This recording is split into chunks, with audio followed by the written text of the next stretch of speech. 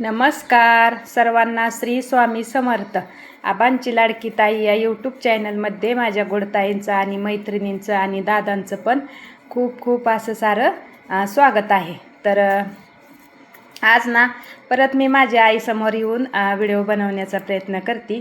तर खरंच मी आज पण एवढी खुश आहे ना आणि एवढी आनंदी आहे ना, तर ती आनंदी का आहे आणि ती खुश तरी का आहे, तर माझ्या स्वामी आईचा आशीर्वाद तुम्हाला मी सांगितलं ना, माझ्या स्वामी आईचा आशीर्वाद मला भरभरून मिळाला. आणि जेवढं मी दुःख कष्ट जेवढं हाल जेवढं सहन केलं ना, त्याच्या कितीतरी दुप्पट मला आईने आशीर्वाद दिला आहे. आणि ती आशीर्वाद खरंच आज माझा खरं ठरला आहे. मला माझी आई, तुम्हाला मी प्रत्येक व्हिडिओमध्ये सांगते की व्हिडिओच्या माध्यमातूनच प्रत्येक माझं जी अडचण असते, समस्या जी आपल्याला प्रश्न पडलेला असतो, त्या प्रश्नाचं उत्तर माझी आई मला घेऊन बसलेलीच असते आणि तयारच असते. आणि ती उत्तर माझ्यापाशी लगेच आई माझी पाठवत असते. त्यामुळं म्हणलं आज थोडासा व्हिडिओ आपल्या आईच्या समोर पण काढावा आणि आपल्या आनंदाची बातमी आपल्या यूट्यूब फॅमिलीला पण सांगावी.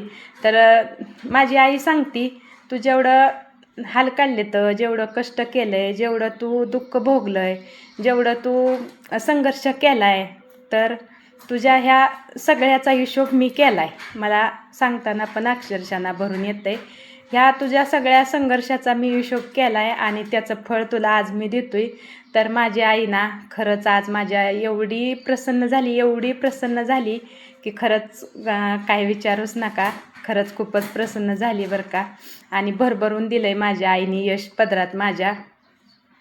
तर किती आनंद होतोय बघा सांगताना सुद्धा मला. आणि माझ्या आईचा व्हिडिओ तर आणखीन सारखं काय येतो की तुझी मी मठात वाट पाहतोय. तर आता मी मठात जाणार आहे आणि मठातला व्हिडिओ पण तुम्हाला खरंच नक्कीच येईल बरं का. कारण का आईचं माझ्या बोलवून आलं आहे, तू मठात ये, मठात मी तुझी वाट पाहतोय आणि तुझी जागा मठात मला रिकामी दिसती. तर मी नक्कीच मठातला व्हिडिओ तुमच्यासोबत शेअर करीन. आणि मग नंतर ना ही व्हिडिओ ना परत मी घेतला, तर म्हणलं आज थोडासा आपला गायींबद्दलचा संघर्ष पण सांगूया. तर मी ना आत्ता वाटतं की आपण खरंच खूपच उशीर केला. महागच ही गायींचा व्यवसाय सुरू करायला पाहिजे होता. आज आपण आणखीन पण कुठं पोचलो असतो. पण म्हणजे जी वेळ असती ना, ती वेळच आपल्याला खरंच खूप काही शिकवून जाते. तर ती वेळच आली नव्हती म्हणायचं. म्हणून खरं तर वेळ लागला आपल्याला आणि उशीर झाला मला. कारण का अगोदर ना आम्ही नवीन रान घेतलेलं आणि रान घेतल्यावर गावातनं रानात राहायला आल्यानंतरनं परत रानात मग आता बोर घेतलं, पाईपलाईन केली. पहिलं बोर फेल गेलं, परत दुसरं घेतलं. परत दुसरं घेतल्यानंतर त्याला थोडंसं पाणी लागलं, त्याच्यात मोटर आणून सोडली. ती जास्त रान पण भिजत नव्हतं आणि चालत पण नव्हतं. मग एवढ्या थोड्या पाण्यासाठी आपल्या रानाला पाणी पुरणार नाही. मग करायचं काय, तर मग आम्ही ठरवलं ड्रीप करायची, ड्रीपला पाणी पुरतंय आणि तरकारी करायची. तर मग तरकारी करताना ना भेंडी, गवारी, मिरची, टोमॅटो अशी पिकं घ्यायला चालू केली. कारण का ट्रीपवर त्या पिकाचं भागून जात होतं. त्यावेळेस आपल्याकडं फक्त एक म्हैसच होती, गाई काय नव्हत्या.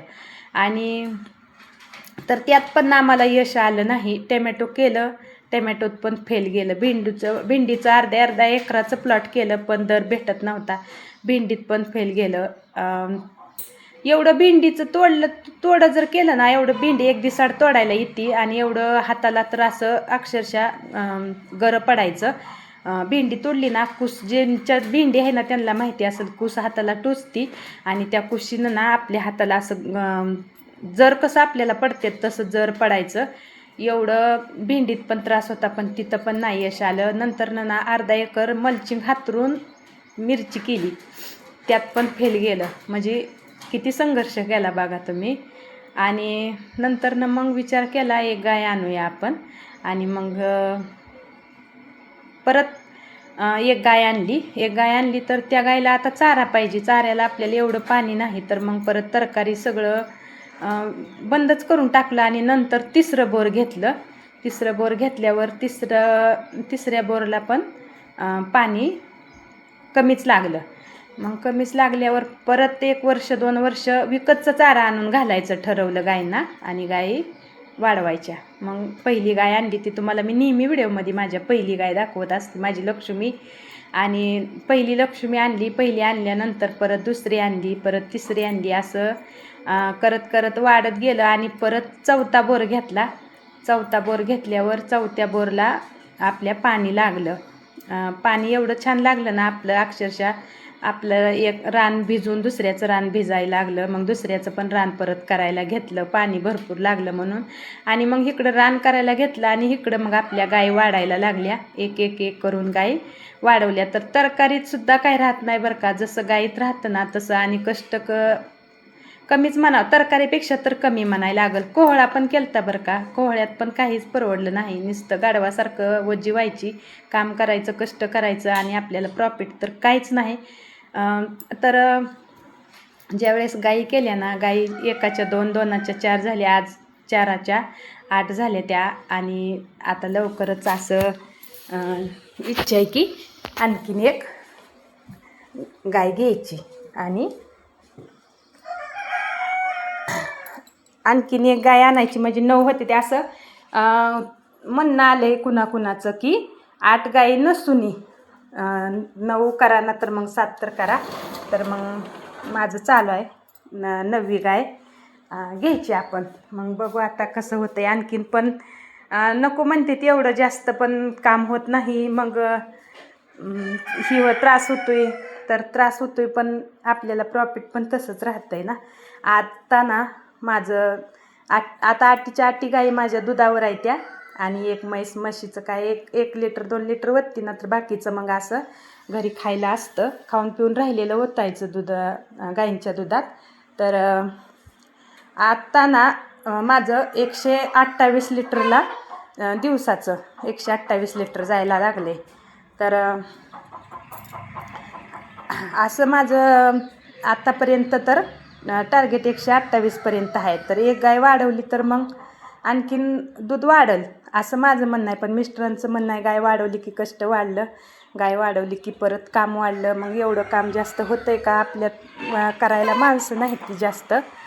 तर आम्ही दोघं मिळून गायींचं करतो बरं का. पण मिस्टरांना कसं सवय नसल्यामुळं त्यांना काय जास्त नाही जमत, धारा काढता येत नाही त्या. फक्त वैरण कट करणं, वतणं, ही बाकीच्या गोष्टी एवढं सगळं परफेक्ट आपल्यासारखं त्यांना नाही जमत, कारण का त्यांनी खरंच केलेलं नसतं. आणि त्यामुळं त्यांना थोडंसं वाटतं की असं नको.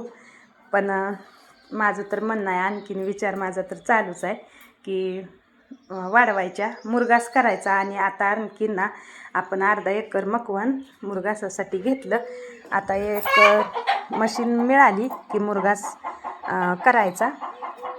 मग आता किती दिवस लागते काय माहिती. त्यांना पण पुढं आता कसं मकवानं भरपूर आले ती, त्यामुळं मशीन पण वेटिंगवर आहे. थांबावं लागतंय ना, सांगावं लागतंय 8-8 दिवस, तेव्हा ती मशीन भेटते आपल्याला. पण आपण असं मुरघास आता स्वस्त आहे, वैरण तोपर्यंत जर करून ठेवलं ना तर आपला आणखीन पुढं फायदा होईल असं मला तर वाटतंय. मग अर्धा एकर आता तर घेतले, आणखीन एक अर्धा एकर घ्यायचं. खड्डा करावा की बॅगा भराव्या ही माझं चाललं आहे.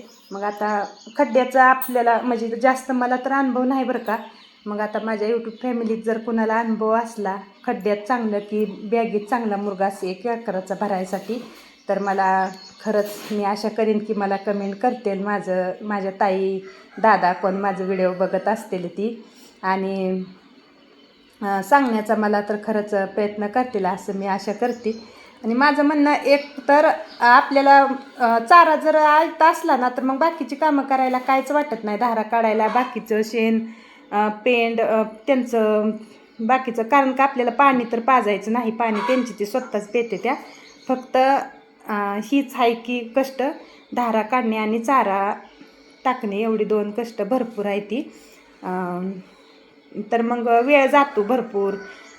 आपल्याला सपोर्ट पाहिजे एखाद्या माणसाचा, तर कमी पडतं आहे आपण तिथं. तर मग त्यामुळं मिस्टरांचं तर तसं म्हणणं आहे. पण माझं म्हणणं एकच आहे, तरकारीपेक्षा तर खरंच खूपच छान बरं का. कारण का तरकारीत खरंच काहीच नाही परवडलं तर तरकारी कधीही करू नये. आता केळी पण केलती का नाही, केळीत पण लॉस झाला. केळीचा खर्च आणि 2 वर्षातला गायींचा जर खर्च काढला ना, तर गायींचं बजेट कुठं जातं आहे आणि काहीच नाही केळीत पडलं, आपल्याला लॉसच झाला तिथं पण. तर ती गायींनी केळीचा लॉस झालेला भरून काढला अक्षरशः. म्हणजे बघा तुम्ही, एक तर आपल्या रानात घरचा चारा केला आणि फक्त मकवण करायचं, बाकी काहीच करायचं नाही आणि मुरघास करत जर राहिलं तर आपल्याला काहीच कमी पडणार नाही, असं मला तर म्हणायचं आहे. आणि लॉस होतं आहे केळीत तर अजिबात, केळ तर माझं म्हणणं करायचीच नाही आणि तरकारी पण नाही करायची, फक्त गाईच करायच्या. आणि गाईच खरंच पुढं आणते त्या बरं का आपल्याला, मला तर असं म्हणेन मी. कारण का आपल्याला गाईच जसं राहते तसं कुठल्याच ह्याच्यात नाही राहत. आणि सकाळी 2 तास, संध्याकाळी 2 तास, दिवसभर निवांत तुम्ही चारा आणायला जावा, गावाला जावा, बाहेर इथं पाहुण्यांच्या घरी कुठंही जावा, फक्त टायमिंगला 4ला आपल्या गायींपाशी आलं पाहिजे आणि सकाळी पहाटे 5ला आपल्या गायींपाशी गेलंच पाहिजे. 2 तास सकाळी, 2 तास संध्याकाळी, जास्त काय नाही. आणि मुक्त गोठा असेल तर आणखीनच भारी, म्हणजेच पाणी पाजायचं नाही त्यांना, शेण टाकायचं नाही. आणि